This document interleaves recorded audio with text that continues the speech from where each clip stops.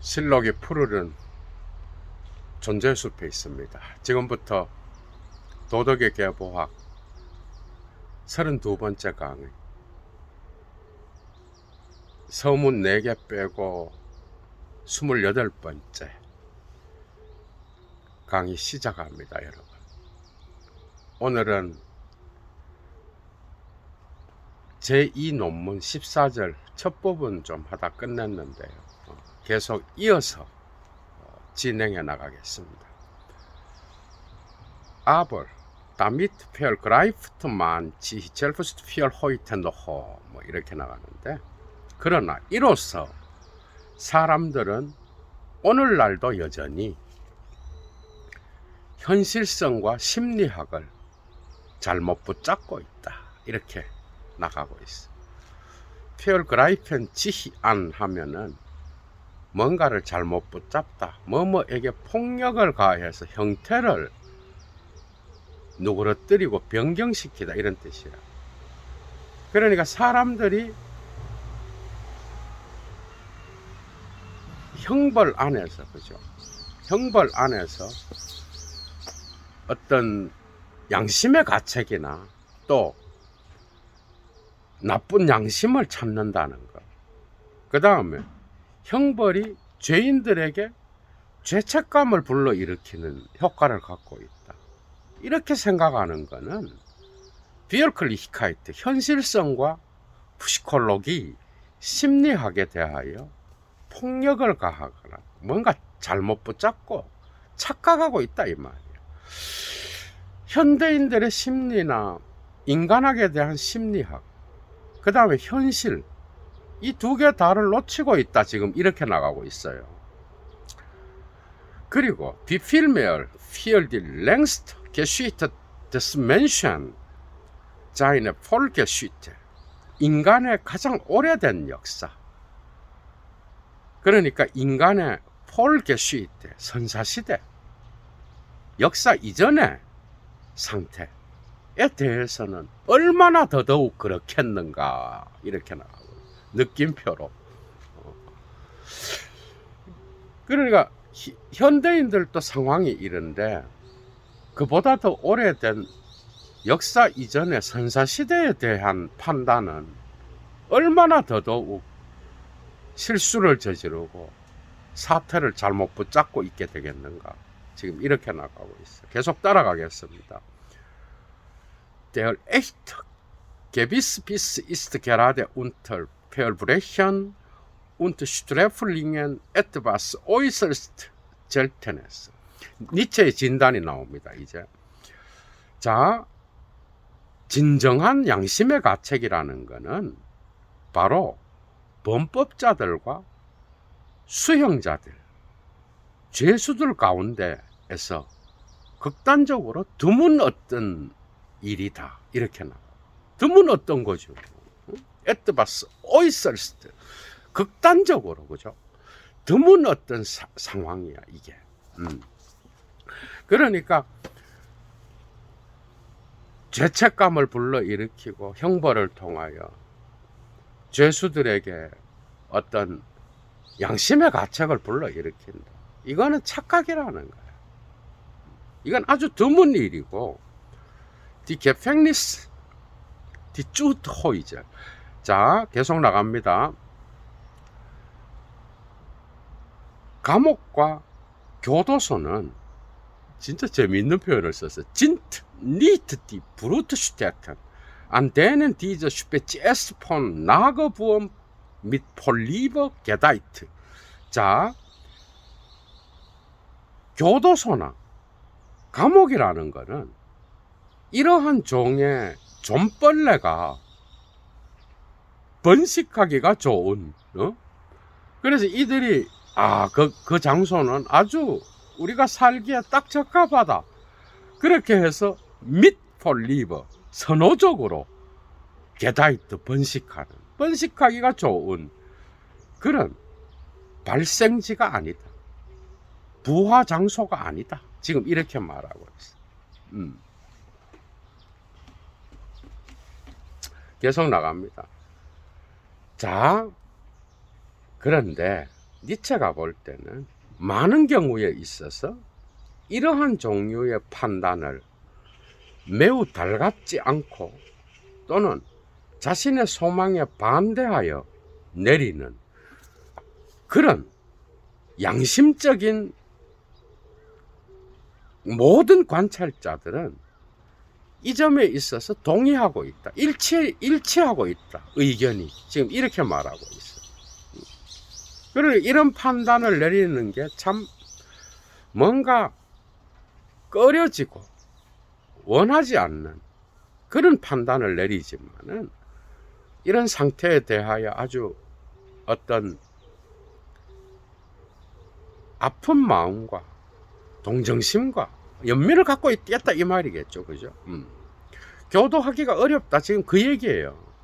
그런데 거기에 대하여 뭔가 꺼리는 마음을 가진, 그래서 그런 판단을 내리는 모든 양심적인 관찰자들은 이 점에서 동의하고 있다 이 말.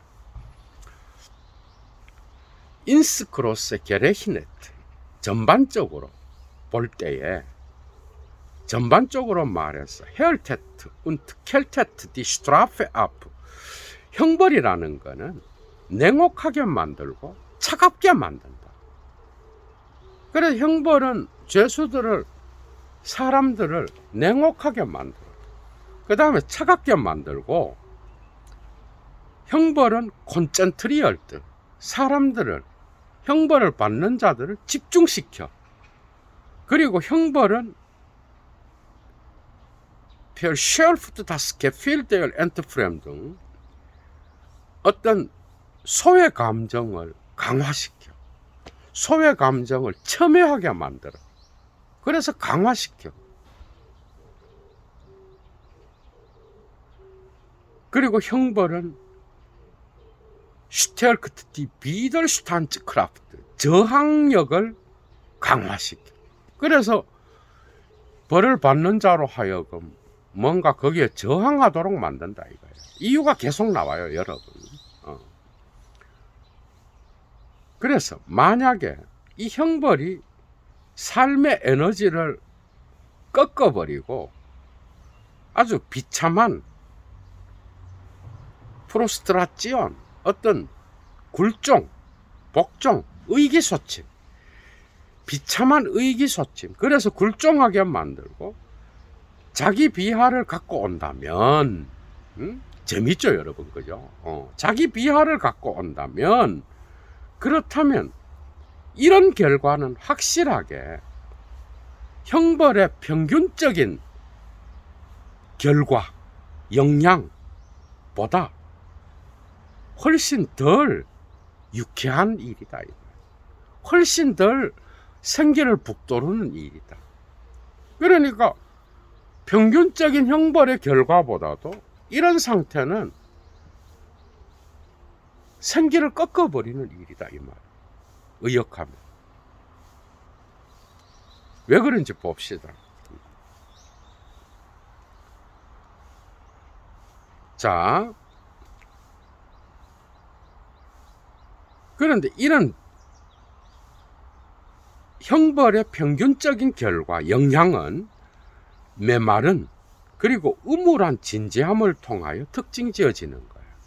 그런데 이런 것들을 음울하고 말라 빠진 그런 진지함을, 그죠? 진지함을 갖는 그런 특징을 갖는 그런 건데, 이런 상태보다도 훨씬 더 생기를 꺾어버리는 그런 역할을 하게 된다, 형벌이. 재미있는 결과를 계속 만드는. Denken wir aber gar an jene Jahrtausende vor der Geschichte des Menschen, so darf man unbedenklich urteilen, 블라블라. 자, 그러나 우리가 조금이라도 인간의 역사 이전에 저 수천 년을 생각해 보면, 숙고해 보면, 우리는 주저하지 않고 다음과 같은 판단을 내릴 수 있다. 내리는 것이 허용돼. 어떤 판단을 내리게 되는가 하면은, 자, 바로 형벌을 통하여 죄책감의 발전은 가장 강력하게 aufgehalten worden ist, 니체가 강조해놨어. 억제되었다라는 판단을 내리게 된다는 거야. 주저하지 않고 이런 판단을 내리게 될 수 있다. 그러니까 죄책감을 일으키고 양심의 가책을 통하여 괴로워한다. 이런 것도 없기 하겠어. 그러나 더 깊은 내면을 지금 들여다보는 거거든. 내면을 들여다보면은 형벌은 죄책감의 발전을 가장 강력하게 억제시킨다. 이런 판단을 내릴 수 있다 이 말. Wenigstens in Hinsicht auf die Opfer, an denen sich die strafende Gewalt ausließ. 자, 독일어로 따라오는 분을 위하여 잠깐 말씀드립니다. auslassen sich an 하면은 뭐뭐에 대항하여 뭐뭐를 향하여 감정을 토로하다 이런 뜻이야. 그죠? 그러면 형벌을 내리는 권력이 그를 향하여 감정을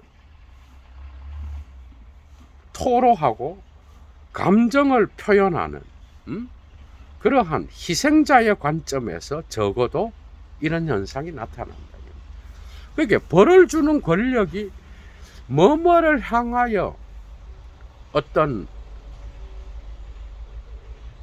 자기의 감정 아니면 권력이 어떤 비난한다는 거겠죠. 그죠? 비난하고 그를 향하여 좋지 못한 너 왜 죄를 범했어? 이런 방식으로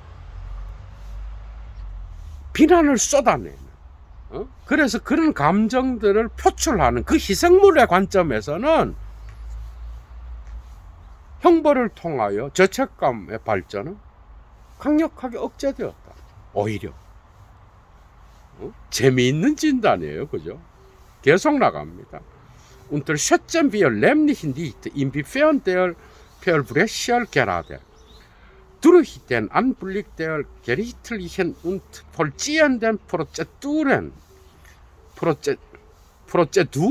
이렇게 나가고 있는데 selbst verhindert wird, seine Tat, die alte seiner Handlung an sich als verwerflich zu empfinden. 자, 우리 과소평가하지 말자 이렇게 나가고 있어. 뭘 과소평가하지 마는가 하면은 범죄자가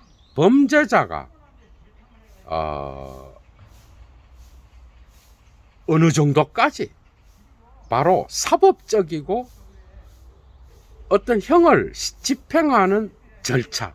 그러니까 사법적이고 형을 집행한 절차가 있겠죠. 그죠? 그 절차의 광경을 통하여 자신의 행동이나 자신의 행위의 방식, 행위나 행동의 방식을 그 자체로 verwerflich 비난받아 마땅한 것으로 느끼는데 오히려 방해를 받는다는 거. 이걸 과소평가하지 말자라는 거. 그러니까 형 집행의 절차의 모습, 광경, 모습을 보는 거, 그죠?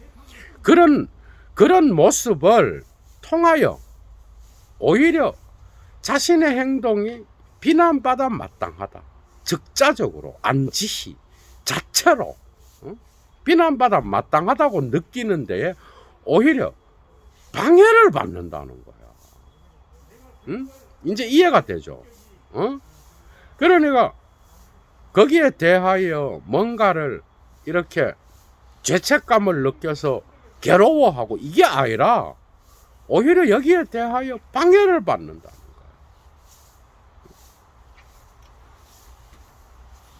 거야. 재미있는 니체의 정신분석학적 진단을 계속 따라가겠습니다. 그 이유가 나와.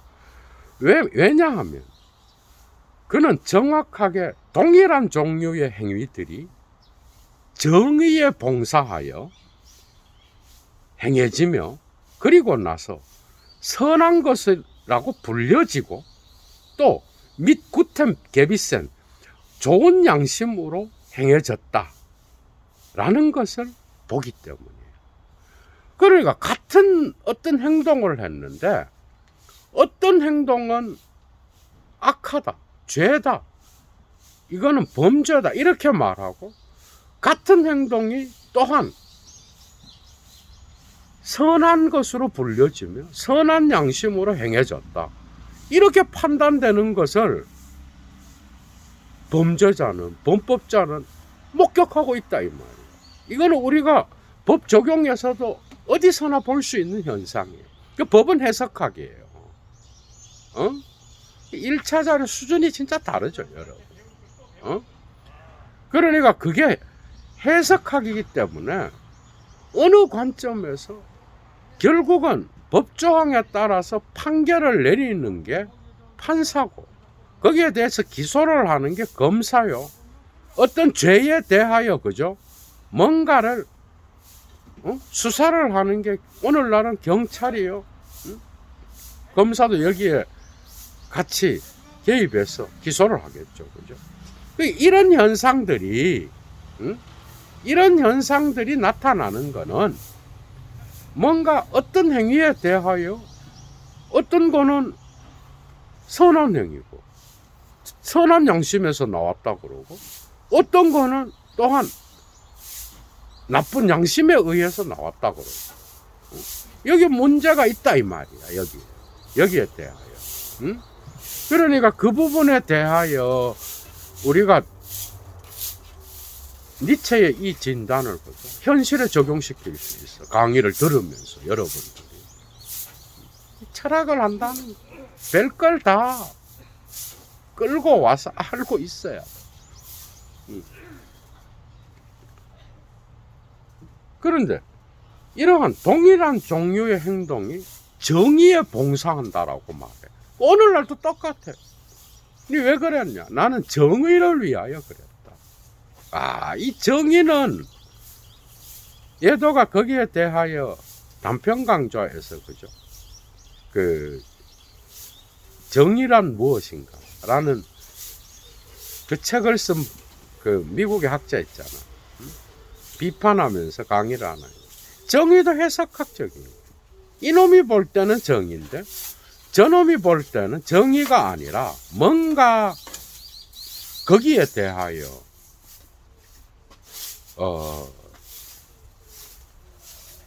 다른 의심을 품으면서 바깥으로 말할 땐 정의, 이쪽이 볼 때는 정의인데 저쪽이 볼 때는 불의야. 우리는 이런 것도 한번 생각해 볼 수 있어요. 여러분들이 잘 적용시키세요.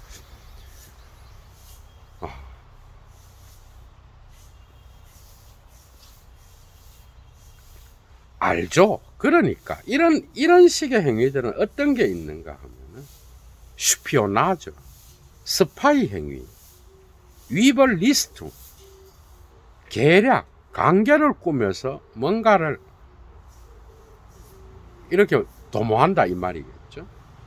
베슈테홍, 뇌물을 주어서 매수하는 거, 팔렌슈텔렌. 그래서 함정에 빠뜨리고 디 간적 크니플리히 운트 드루히트리베는 폴리치스텐 운트 안클레걸 쿤스트. 자, 그래서 간사하고 교활한, 강교하고 교활한 경찰과 검사의 어떤 전체 술책이 있겠죠, 그죠? 이런 것들.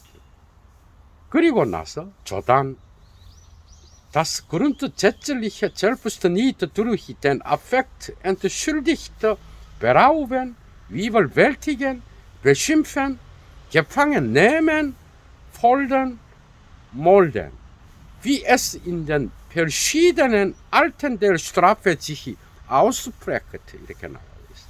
자, 그리고 나서 또한 다양한 종류의 형벌에서 분명하게 각인되어 드러나듯이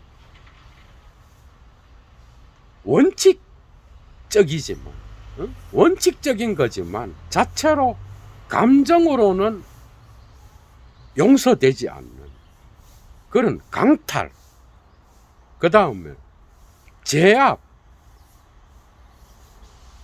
욕설을 함. 그래서 능욕함 이런 뜻이겠죠. 배신패는 욕설을 하다 이런 뜻이에요.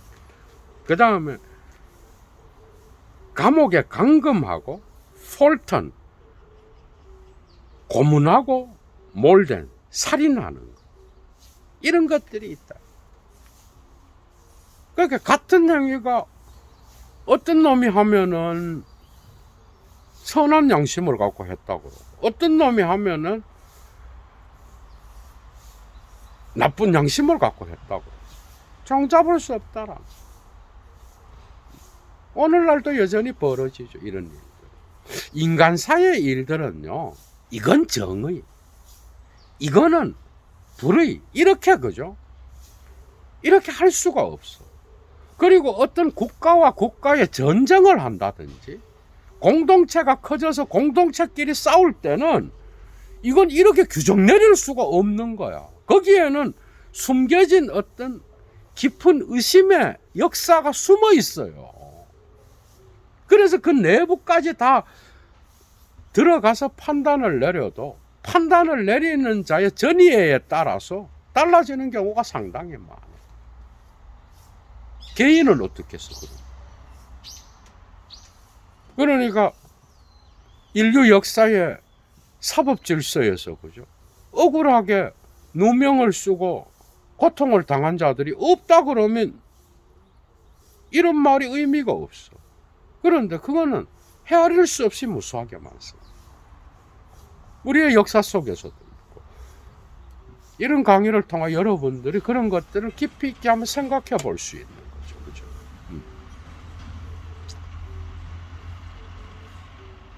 Alles somit von seinen Richtern keineswegs an sich verworfene und verurteilte Handlungen, sondern nur in einer gewissen Hinsicht und Nutzanwendungen. 자, 이 모든 것들은 따라서 그의 판사들에 의하여 자체로 비난받아야 하고 유죄 판결을 내려야 되는 그런 행위다. 판사들은 그렇게 생각하지 않아. 그럼 어떻게 생각하는가 하면은 어떤 점에서 단순하게 이런 것들은 누츠 안벤둥엔이에요. 독일어로 뭔가 하면 누츠는 활용, 유용 이런 뜻이에요. 그래서 효과적으로 법 질서를 지키고 바로 세우는 데에 안벤둥엔, 적용시켜야 될 일로 생각하는 거야.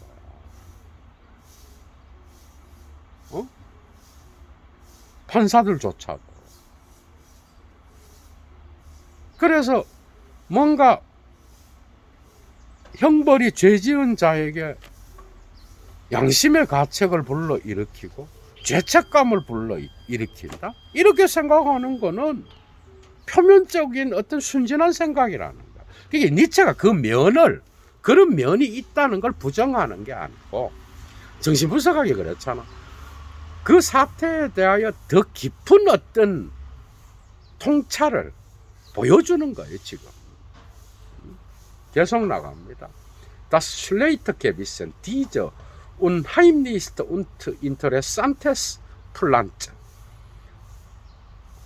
Unsere irdischen Vegetation ist nicht auf diesem Boden gewachsen. 이렇게 나와요. 자, 정말 재미있는 니체의 표현이 나옵니다, 여러분. 나쁜 양심.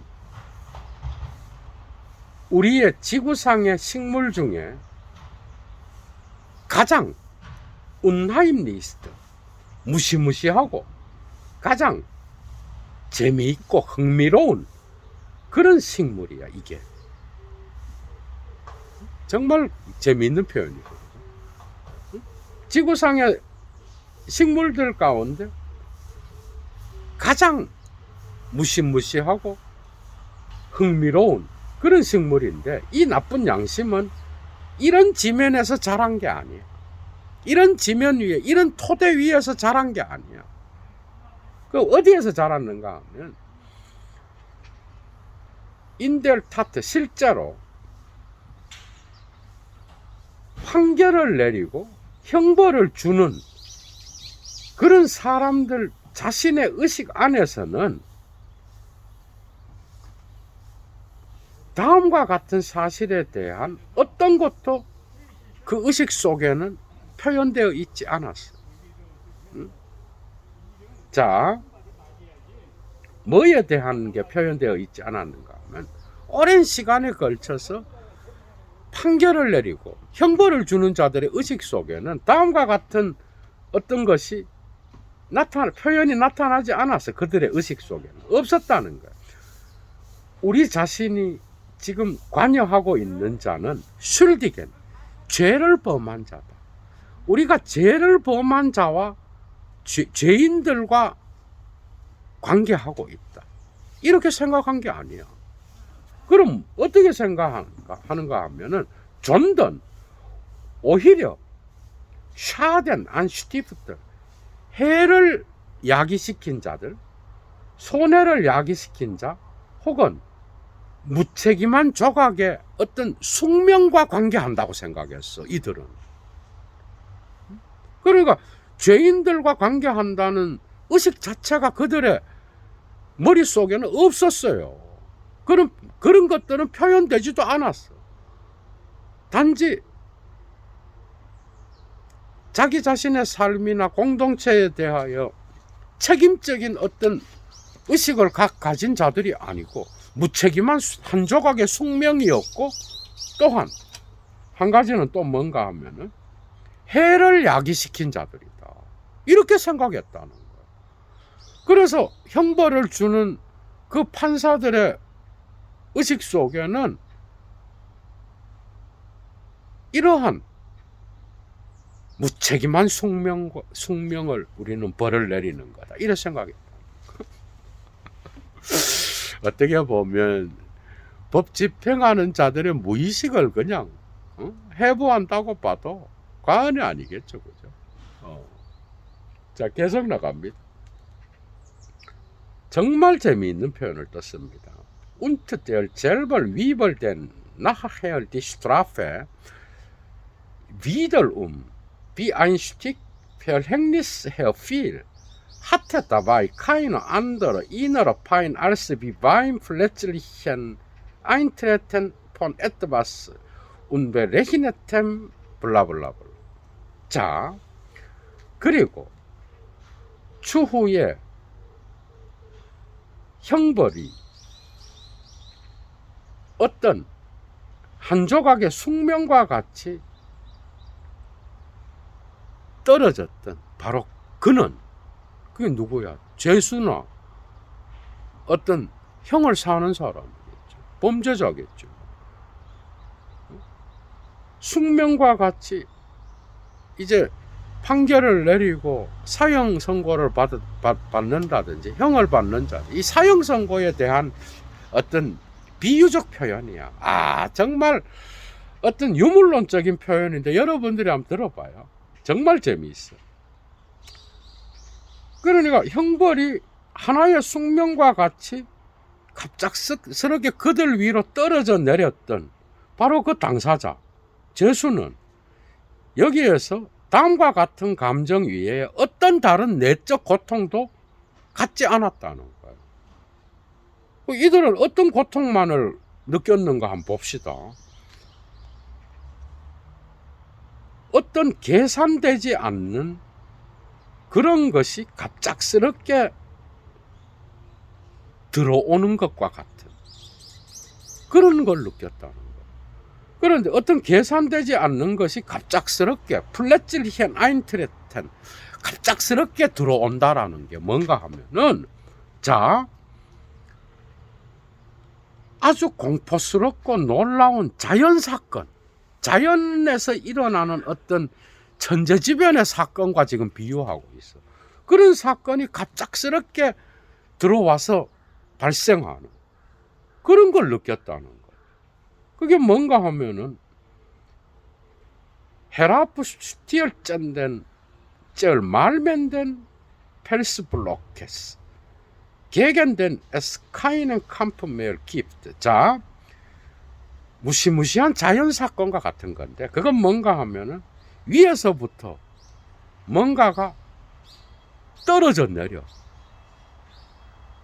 어떤 무시무시한 폭풍과 같이 폭풍을 통하여 막 바위가 떨어져 내리듯이 그렇게 자연사건과 같은 어떤 것이 위에서 헤라프 슈티얼 짠된 추락해서 떨어져 내리면서 쩔 말면 된, 그래서 가루를 만드는 그런 바위 덩어리의 어떤 갑작스러운 발생, 이런 것들을 느꼈다 이 말이에요.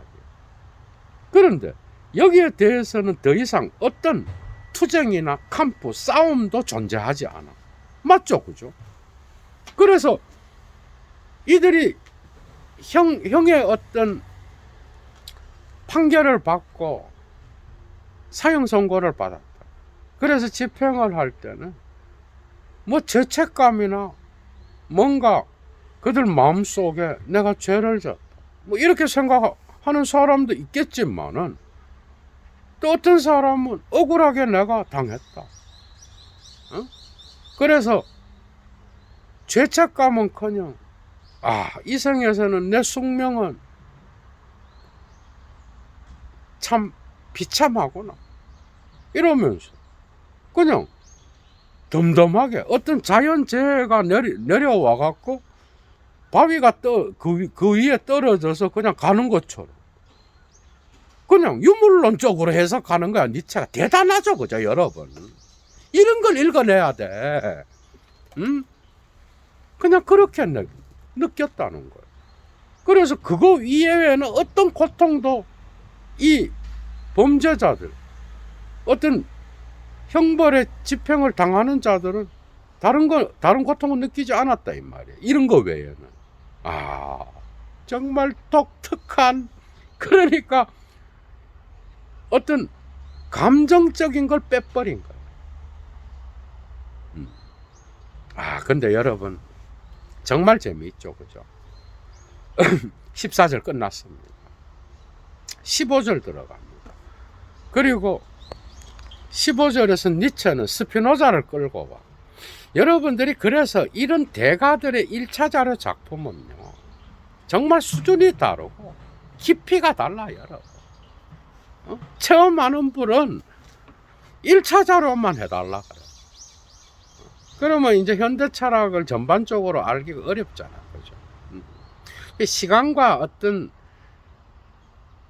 강의하는 사람도 얼마나 힘들겠어요. 이 한 시간의 강의를 위하여, 그죠? 모든 걸 쏟아내.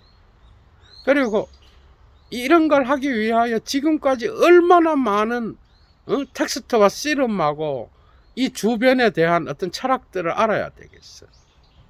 여러분들이 예도가 괜히 강의를 해놓은 게 아니야. 스피노자 강의를 벌써 시리즈 단편 강좌를 10개를 해놨어. 묶어놨어, 스피노자로. 거기에서 신의 존재에 대해서는 5번째 강의를 참조하시고요. 그 다음에 선악이라든지 미덕과 악덕이라든지 이런 부분에 대해서는 7, 8번째 강의를 참조하셔. 스피노자를 알아야 깰 수 있어. 물론 예도가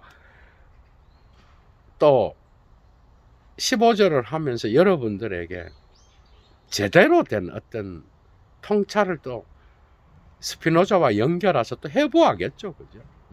조금 더 강의를 하고 듣고 스피노자의 철학을 알고 싶은 분은 참조하라는 거예요. 자, 계속 나갑니다. 15절.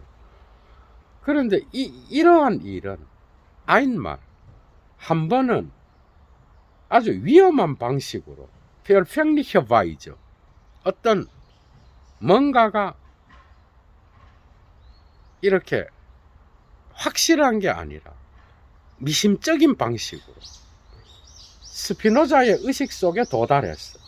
이런 거. 그게 유물론적으로 형벌을 해석하는 양심의 가책, 이런 게 과연 인간에게 어떤 식의 역할을 하는지, 이런 니체의 진단은 스피노자에게 호소합니다. 스피노자 역시 나랑 생각이 다르지 않다라는 것을 끌고 오는 거예요. 스피노자를 비판하는 게 아니야. 그건 잘못 읽는 거예요. 15절이 끝날 때쯤이면 여러분들이 알 거예요. 자, 그래서 갈로 안에 니체가 이런 말을 해놨어. 스피노자를 이 지점에서 오해하려고 부단히도 노력하는 올덴틀리히 베뮤엔 이렇게 써놨어. 니체가. 그러니까 스피노자를 이 지점에서 오해하는 데 있어서 올덴틀리하게 노력한다 이 말이에요. 응? 본격적으로 그렇게 뭔가 정식으로 그렇게 애쓰는 그의 해석자들은 이런 니체의 진단, 스피노자를 끌고 들어오는 것을 불쾌할 거다 이 말이에요. 예를 들면 쿠노 피셔와 같은 스피노자 전문가, 니체 시대에 살았다. 쿠노 피셔 유명하죠, 그죠? 니체 시대에 살았던 게 알려져 있어요. 이런 스피노자 전문가가 볼 때, 해석자가 볼 때는 자기의 진단을 불쾌해하는데 스피노자는 내 말에 동의한다. 지금 이 얘기예요. 계속 나갑니다. 근데 이런 위험한 방식, 미심쩍은 방식으로 스피노자의 의식에 이것이 도달한 건 언젠가 하면은 어느 날 오후야. 그런데 그 어느 날 오후에 언젠가 하면은 어떤 종류의 기억이 그를 스치면서 다음과 같은 질문에 골몰하고 있었을 때 나타났다 이 말이에요. 그런데 어떤 질문에 골몰했는가 하면은 Was eigentlich hier in selbst von dem berühmten Morus conscientiae übrig geblieben sei 이렇게 나가고 있어. 그게 이제 스피노자가 라틴어로 썼잖아, 그죠? 에티카를. 지금 라틴어로 양심의 가책을 모르수스 콘스키엔티아이 이렇게 라틴어로 딱 직접 갖다 놨어. 니체가 도대체 그 자신에게, 그 자신은 누구예요? 스피노자죠. 스피노자 자신에게 저 유명한 양심의 가책들 중 도대체 어떤 것이 남아 있는지 의역하면 스피노자 자신이 생각하기를 도대체 나에게 양심의 가책이라는 게 도대체 남아 있는지 이를 골몰하고 있었을 때 이런 것들이 나타났다. 재밌겠죠, 그죠? 계속 따라갑니다. 자, 선과 악을 인간의 상상력으로 상상력 아래로 지시해서 배치시키고 그 다음 원한에 차서 저 신성모독자들에 대항하여 자신의 자유로운 신의 영예를 변호했던 그는 스피노자죠. 변호했던 그는 자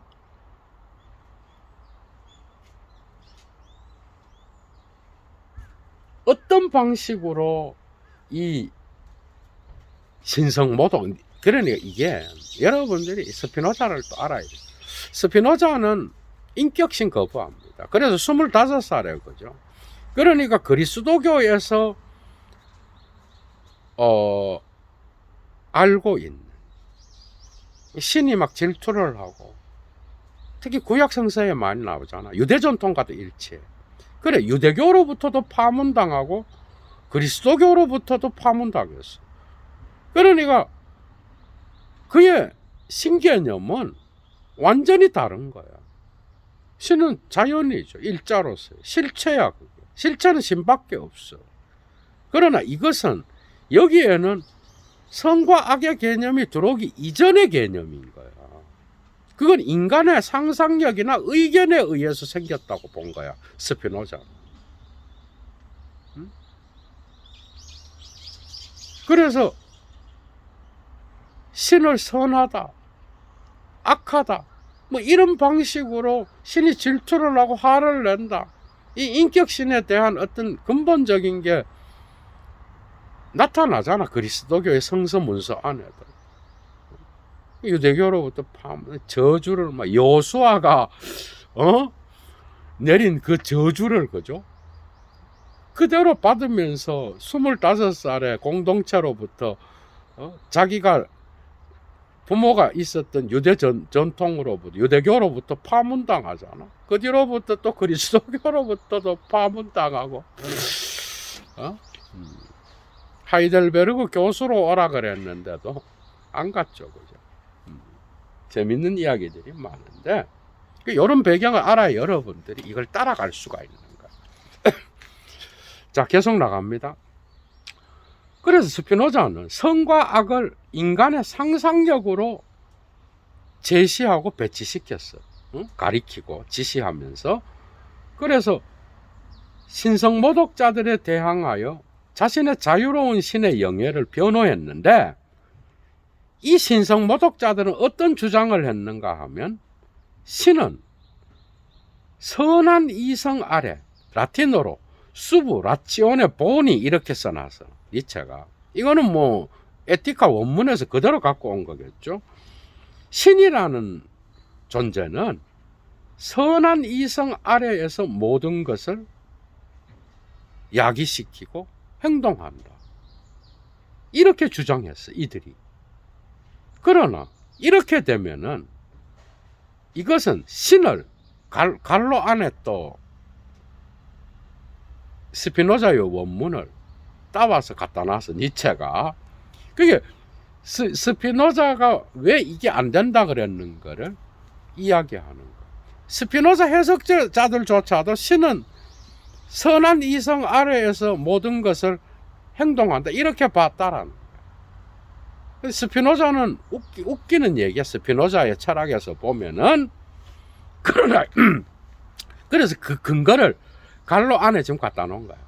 그러나 이것은 신을 어떤 숙명이나 운명 아래로 던지는 것이며, 참으로 모든 모순 중에 모순이 될 거예요. 그러니까 모든 불일치들 가운데 가장 큰 불일치, 불협화음이 될 거다 이 말이에요. 독일어로 여기에 라틴어로 번역한 게 니체가 번역했겠죠, 그죠? 어떻게 번역했는가 하면 웅게라임트하이트 이렇게 해놨어. 불일치라든지 모순이라든지 이거는 독일어로 라임에는 어떤 시의 운이 맞다 이런 뜻이야. 그 운이 맞지 않는다는 거야. 시의 운율이 뭔가 불협화음을 내서 맞지 않는다는 거야. 그러니까 신이 선한 이성 아래에서 뭔가를 한다 그러면 뭐야? 그 신은 운명에 갇히게 되는 거예요. 인간과 같이. 그러니까 이거는 모든 불일치, 모순들 가운데에서 가장 큰 모순이고 불일치인 거예요. 이게 이제 에티카 제1부가 신에 대한 존재 증명이잖아. 신론이야, 신론. 에티카 1부가 그 1부의 정리 33에 나오는 내용을 니체가 지금 갖다 놓은 거예요.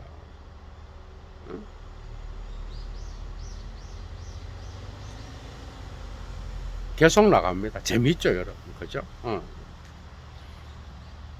이렇게 되면 그런 결과를 의미하게 된다 이 말이야, 니체가 볼 때. 자, 그리고 계속 나갑니다. Die Welt war für Spinoza wieder in jene Unschuld zurückgetreten, in der sie vor der Erfindung des schlechten Gewissens lag. 자, 정말 아름다운 문장입니다. 스피노자에게 있어서 이 세계는 그 세계가 나쁜 양심을 발명해내기 이전에 존재했던 바로 저 순진무구함, 죄가 없음, 독일어로 운슐트야. 이거는 순진무구함, 죄나 성과 악 뭐 이런 거 없고 죄라는 거, 채무도 없어. 응? 아주 최초의 세계의 상태를 말하겠죠. 응? 저 순진무구로 스피노자에게 있어서 이 세계는 되돌아가 있었다 이 말이에요. 그러니까 선과 악, 스피노자의 철학에서 보면 선과 악, 악덕과 미덕, 이거는 신의 문제가 아니에요. 이거는 실체의 문제가 아니라 오로지 양태들이 자기의 상상력을 통하여 그렇게 생각한다고 본 거예요. 그러니까 그리스도교와 유대교 전통에서 볼 때 뭐예요? 이게 가장 큰 거예요. 신이 인격신으로 보잖아요. 신은 화가 나면 벌을 내리고 막 그런 은유들이 막 나오잖아. 근데 이게 예수 이후에 또 뭔가가 문서에서는 또 다른 방식으로 나타나는데 어찌되었고 예수의 아버지는 사랑의 신이죠, 그죠? 근데 어쨌든 이런 인격신, 뭔가 화가 나면 화를 내고, 그리고 자기의 백성들이 잘하면 긍휼을 베풀어서 사랑을 품는 이런 인격신, 이걸 죽여버린 게 스피노자잖아, 그죠? 이게 따로 강의를 한 번 더 해야 될 것 같아. 예도가 이미 예도가 강의를 좀 깊이 있게 해놨어요. 5번째 스피노자 강의에서. 그런 순진무구한 상태로 되돌아가 있었어. 그 상태에서는 이 세계의 그 순진무구함의 상태, 신은 완전자예요. 결핍은 인간이 느끼는 거예요. 아리스토텔레스와 마이모니데스, 이런 중세의 어떤 신학과 철학으로부터 엄청난 영향을 받았잖아. 이건 2번째 강의에 해놨어, 예도가. 그 신기한 점은 인격신이 아닙니다, 여러분.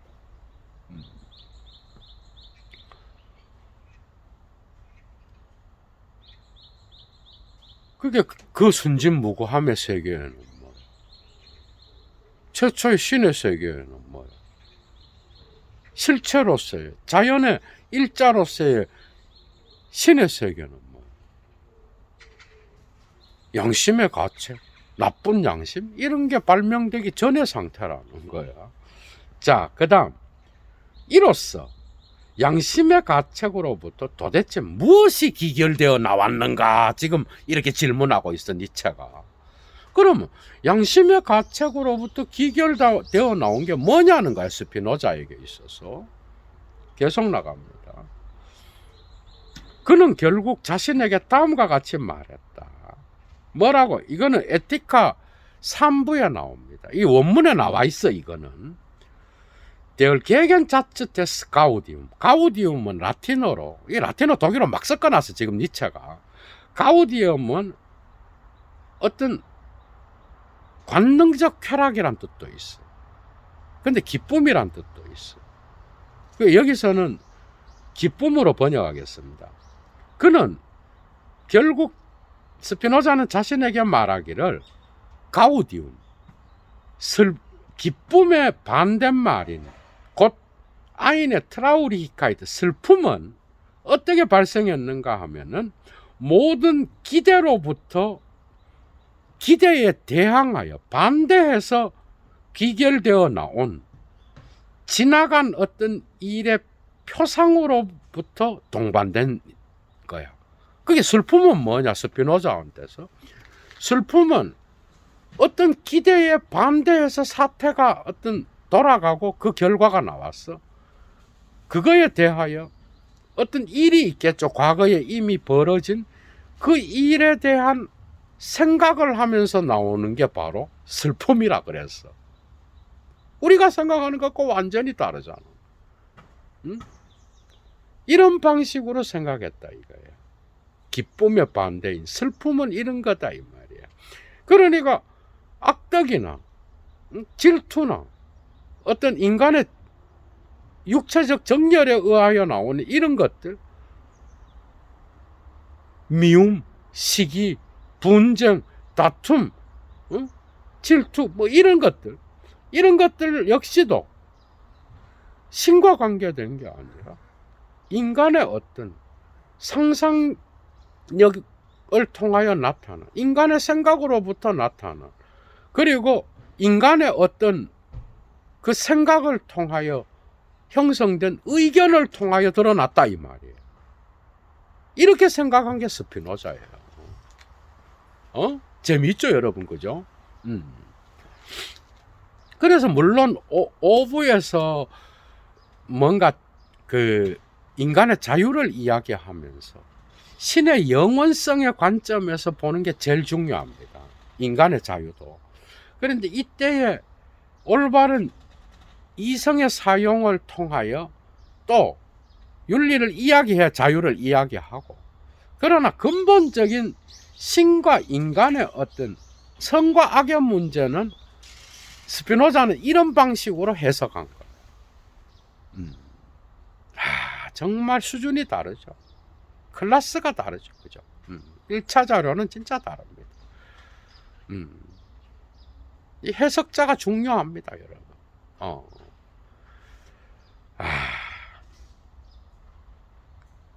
이건 어디에 나오는가 하면은 에티카 3부 18 정의 18 각주 1, 2 이렇게 되어 있어. 자, 계속 나갑니다. 니트 안드레스 알스 스피노자 하벤티. 이제 니체의 결론이 나와. 폰델 슈트라페 엘 아일텐 위벌 안슈티프탈 블라블라블라. 자, 형벌에 의하여 재촉받는 악을 유발한 자는, 그죠?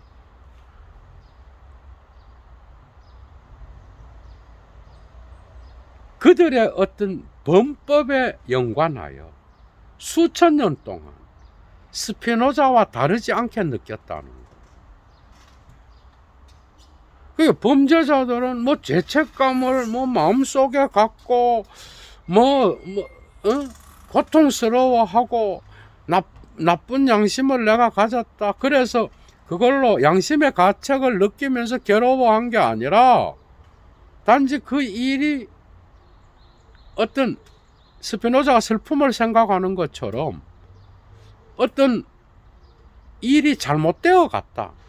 그 일에 대하여 생각하면서 그 기대에 뭔가가 맞지 않게 돌아갔다. 그래서 그걸 생각하면서 느끼는 감정인 거야, 슬픔. 이런 생각했다는 거야. 이런 면이 있었다는 거야. 그래서 형벌에 의하여 재촉받았던 악행자들은 그들의 어떤 펠겐스, 뭔가 위반한 어떤 행위와 연관하여 수천 년 동안 스피노자와 같이 다르지 않게 느꼈다는 것, 스피노자처럼 느꼈다는 것. 재미있죠. 자, 그 느낌을 다시 또 설명합니다. 이들은 어떻게 느꼈는가 하면은 Hier ist etwas unpermutet schief gegangen. 어떻게 느꼈는가 하면 여기에 어떤 추정할 수 없이, 예측할 수 없이 어떤 사태가 삐뚤게 돌아갔다. 어떤 상황이 뭔가 기대했던 것처럼 그렇게 돌아간 게 아니라 쉬프 개강엔 뭔가가 이렇게 왜곡되어, 그래서 직선이 아니라 뭔가 삐뚤게 이렇게 상황이 비틀어져서 돌아갔다. 이래 생각했지. Das hätte ich nicht tun sollen. 내가 그것을 하지 말았어야 했는데. 영어로 should have pp죠. 독일어는 hätte 동사 졸렌이에요. 그러니까 뭔가를 하지 말았어야 됐는데 이런 후회를 하지 않는다는 거예요. 그게 아니라 기대에 맞지 않게 사태가 잘못 돌아갔네. 요래 생각했다는 거예요. 쏙쏙 들어오죠. 그래서 그들은 자신을 형벌 아래로 내던졌어. 사람들이 어떤 질병이나 불행이나 죽음 아래로 자신을 내던지는 것처럼 그렇게 형벌 아래로 자신을 내던졌다는 거예요. 단지 계속 나갑니다.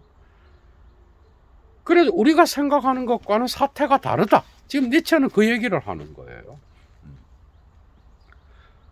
그리고 저 마음속에 간직된 숙명론, 온의 레볼터, 그러나 반항이나 반란을 일으키지 않는, 그래서 어떤 사태를 숙명적으로 받아들이는, 이게 이제 러시아인들한테 이런 게 있었어요. 그래서 19세기에 어떤 러시아의 어떤 그 무정부주의자들이나 도스토예브스키 그 사회주의 이런 것들이 이제 이것과 연결되죠, 그죠? 예도의 강이 러시아의 역사를 참조하시고요, 곳곳에서 나옵니다. 참. 그래서 실천력이 뛰어났죠, 러시아인들.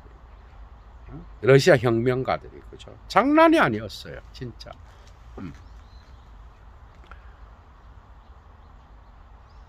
그래서 어떤 반항하지 않는 그런 숙명론을 가지고, 이를 통하여 예를 들면 오늘날 러시아인들이 삶의 어떤 소유, 생명의 소유에 있어서, 아니면 삶의 어떤 살아감에 있어서 우리 서구인들보다 더 큰 이점을 갖고 있어.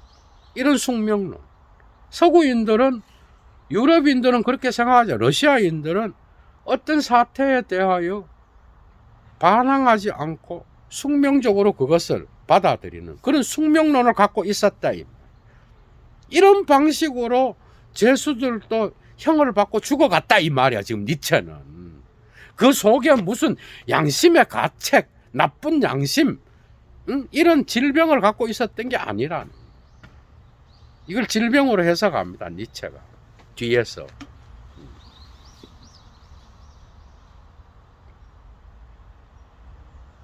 네, 여기까지 하겠습니다, 오늘 강의.